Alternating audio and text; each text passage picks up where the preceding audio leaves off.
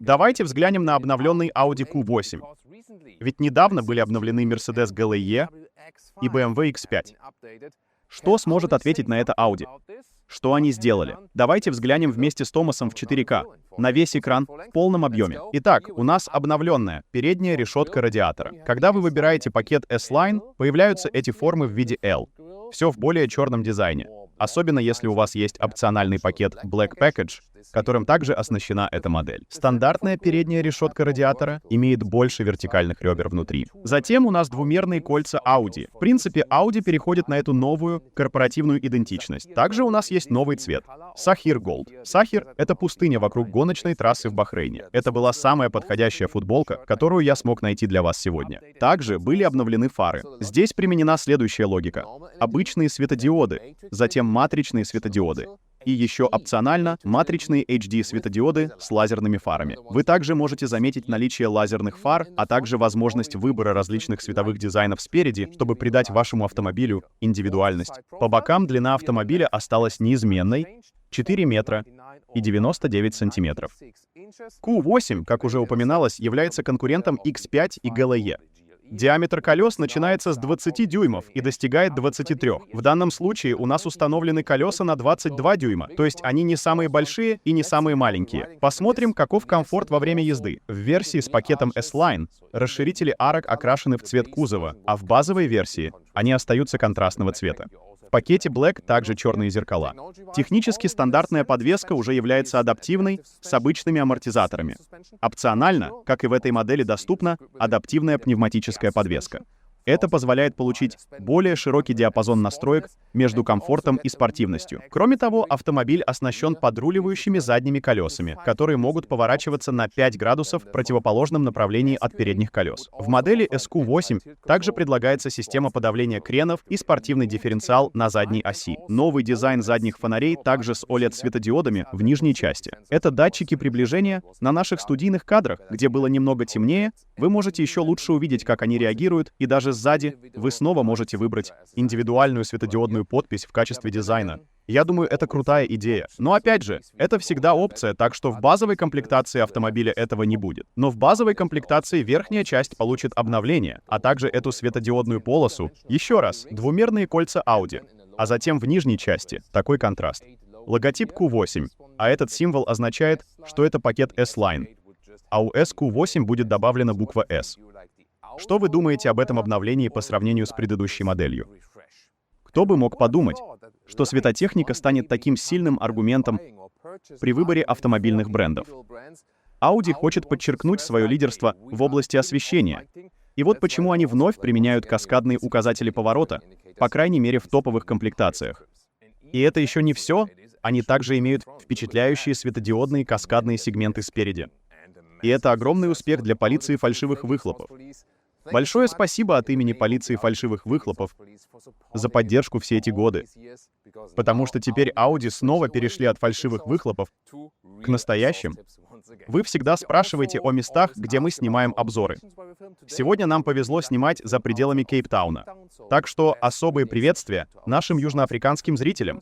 А позади меня находится так называемый Кэмпс Бэй, этот прекрасный пляж. Так что согласитесь, цвет нашего автомобиля сегодня тоже очень кстати. Ключ-брелок тонкий и легкий, он знаком нам. Посмотрите на центральную стойку. Теперь на ней есть название модели, что позволяет избежать излишнего количества значков на кузове. Это означает, что эпоха многочисленных значков на кузове явно осталась в прошлом. Бескаркасные двери и двойное стекло. Вот так. Звук закрытия двери. Как видите, требуется больше усилий, чтобы закрыть дверь из-за хорошей шумоизоляции. Но звук получается действительно потрясающим. Это редкость, когда звук у бескаркасной двери такой приятный. Внутри двери есть вставки из микрофибры. Мне нравится эта оцинковка кнопок стеклоподъемника. Они даже издают щелчок при открытии и закрытии. Такие детали я действительно люблю. Значок S-Line всегда можно увидеть в нижней части, так что у нас также салон S-Line. Также этот значок на рулевом колесе. Перфорация по бокам. А эти сиденья лучшие, которые вы можете получить для Q8, с микрофиброй и специальной структурой посередине. Это обычные спортивные сиденья, и я бы определенно выбрал их, но Audi по-прежнему отстают, особенно от BMW, которые предлагают лучшие материалы. Они более экологичны, более дружелюбны к животным и в целом лучше ощущаются, но эти сиденья действительно являются лучшими. Комфорт посадки для человека с ростом 1 метр 89 сантиметров, с большим запасом пространства для головы. Это версия без панорамной крыши. У вас будет хорошая эргономика и посадка полноразмерного кроссовера. Да, я определенно чувствую это. Самое приятное в этом обновлении то, что оно не совсем новое, поскольку сохраняет классический пользовательский интерфейс с регулятором громкости, рулевым колесом и физическими элементами управления для цифровых приборов. Однако есть и некоторые новинки. Например, при включении поворотника на панели теперь отображается более приятная визуализация, а также появился разделенный экран. Верхний экран — это экран мультимедиа, а нижний — для климат-контроля. Я всегда предпочитаю физические регуляторы климат-контроля, но для цифрового решения это довольно удобно. Я не совсем понимаю этот новый плиточный дизайн меню в программном обеспечении. Мне это кажется запутанным. Здесь же все очень очевидно. У вас есть только функции автомобиля, или вы возвращаетесь в главное меню. А вот интеграция с Apple CarPlay, проводная или беспроводная, и то же самое касается Android Auto. И опциональная аудиосистема Bang & Olufsen. Качество звука хорошее, не самое супер впечатляющее, но на самом деле очень достойное. На центральной консоли мне очень нравится этот большой рычаг переключения передач, а здесь адаптивные подстаканники очень хорошего качества сборки. Также здесь центральная консоль с этой крышкой из кожзаменителя, которую можно двигать вверх и вниз, и под ней есть место для зарядки смартфона или USB-C. Я нашел одну проблему с центральной консолью. Посмотрите на эту большую штуку внизу. Там есть такая штука, которую можно сложить и разложить, а также немного сдвинуть вперед. Но проблема в том, что она такая большая, что когда вы кладете свой смартфон на индуктивную зарядку, он перегревается, потому что у него нет охлаждения. Тогда вы говорите: «Я хочу подключить его проводом».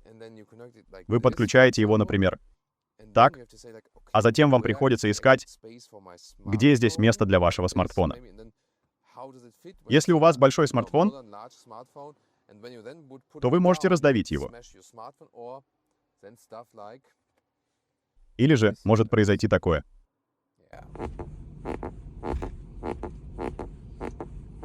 Сиденье находится слишком близко к центральной консоли, и оно скрипит.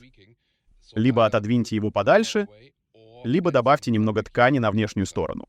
Задние двери тоже безрамные, и у вас есть электрическая шторка, которую можно поднимать и опускать, просто нажав на стеклоподъемник еще раз. Стекло не опускается ниже, но я думаю, что это очень хорошее и элегантное решение.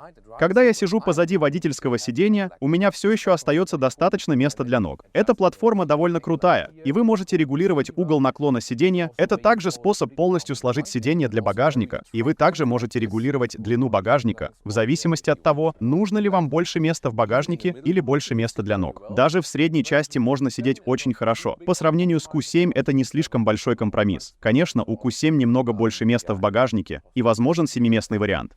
В средней части также есть хороший климатический блок для задних пассажиров. Он работает по резистивной технологии.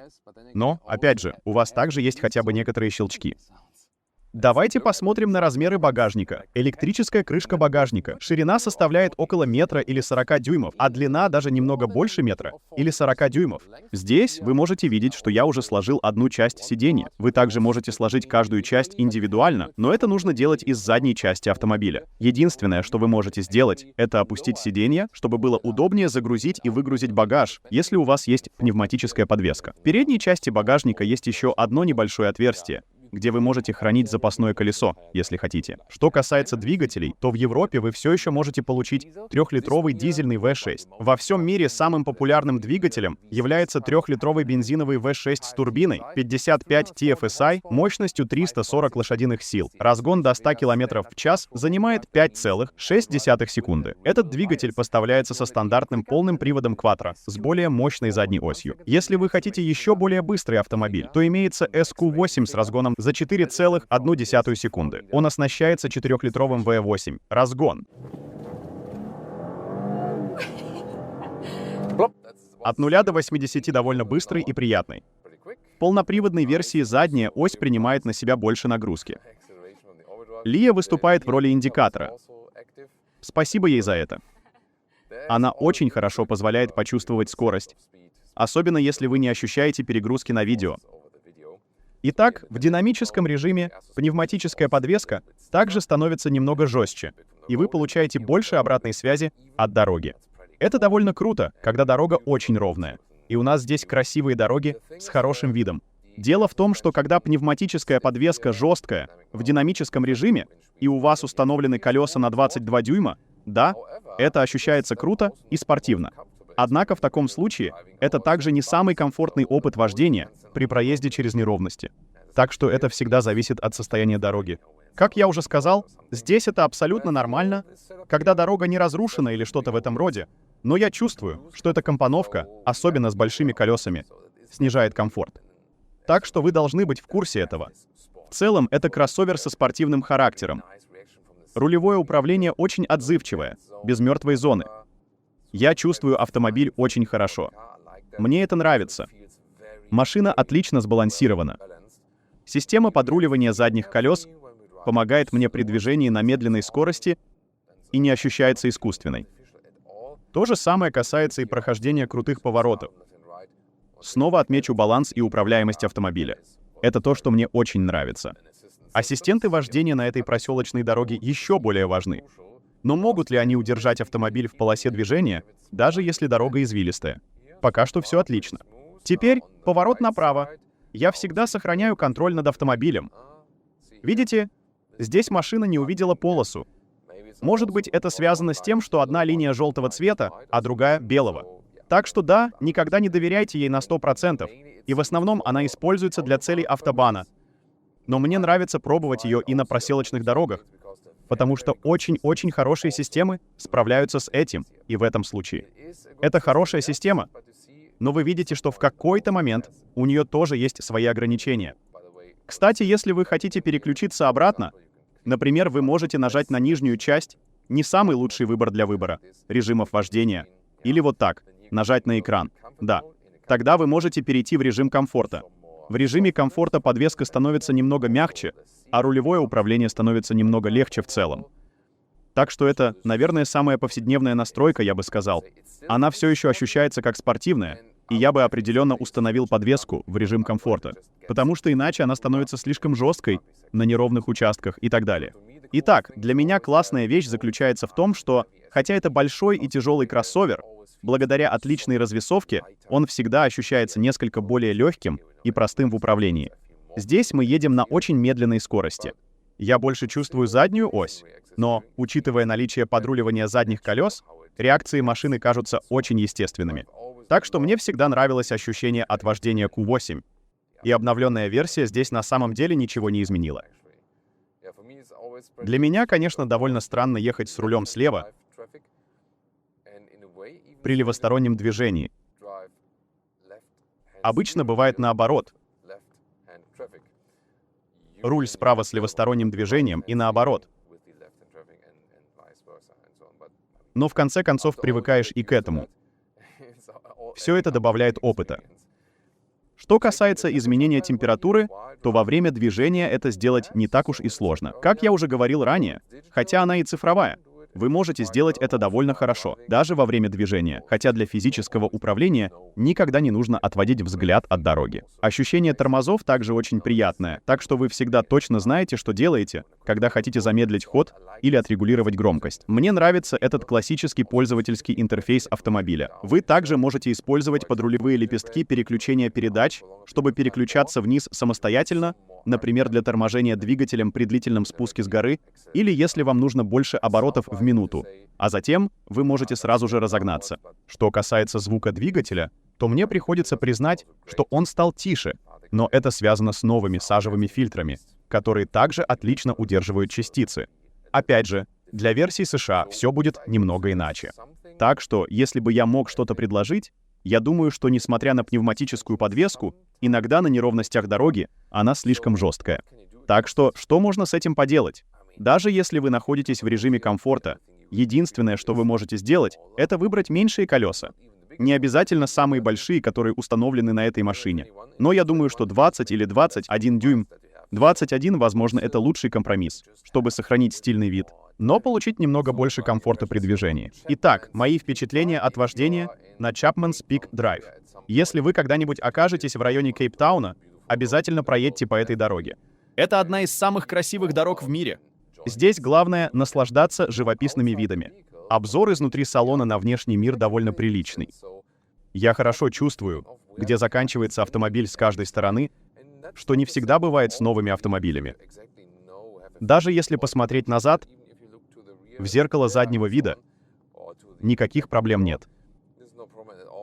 И это также показывает, что Q8 среди этого, можно сказать, сегмента кроссоверов купе, где, конечно, он также является конкурентом X6 или GLE купе. Q8, я бы сказал, находится где-то посередине, но эти настоящие кроссоверы с силуэтом купе имеют меньшую обзорность, когда вы сидите внутри. Но это на самом деле не проблема в Q8. Задняя подруливающая ось также помогает мне на более крутых поворотах, и, кстати, это также фактор, облегчающий парковку. Возможно, вы слышали стук, похожий на тот, который бывает при наезде на кочку. Когда у меня есть пневматическая подвеска, я просто хочу немного большего комфорта от автомобиля. Это единственное, что я действительно могу здесь раскритиковать. Еще, наверное, расход топлива. Мы ездили на автомобиле в течение длительного времени, и похоже, что расход действительно довольно высокий, несмотря на то, что у него есть мягкая гибридная система для 6-цилиндровых двигателей. У 8-цилиндрового двигателя ее нет. И хотя это не самый прожорливый двигатель в мире, и я знаю этот двигатель уже очень давно, но здесь, очевидно, также, когда кондиционер должен много работать, расход топлива кажется довольно высоким. Мы укажем его в описании к видео и в закрепленном комментарии ниже. Кстати, если выбор режимов вождения иногда может быть сложным, вы всегда можете перевести рычаг переключения передач в режим S. Тогда вы сразу же получите более резкое ускорение. Это действительно очень круто, и это также простой и быстрый способ быть более спонтанным с этим. И всегда можно вернуть все назад. Также нравится звуковая обратная связь, которую он дает вам, щелчки и так далее. Да, это возвращает меня к одному из решающих моментов. Пользовательский интерфейс по-прежнему очень хорош, и вы всегда точно знаете, что делаете. Вам также стоит обратить внимание на обновленные Mercedes GLE и BMW X5.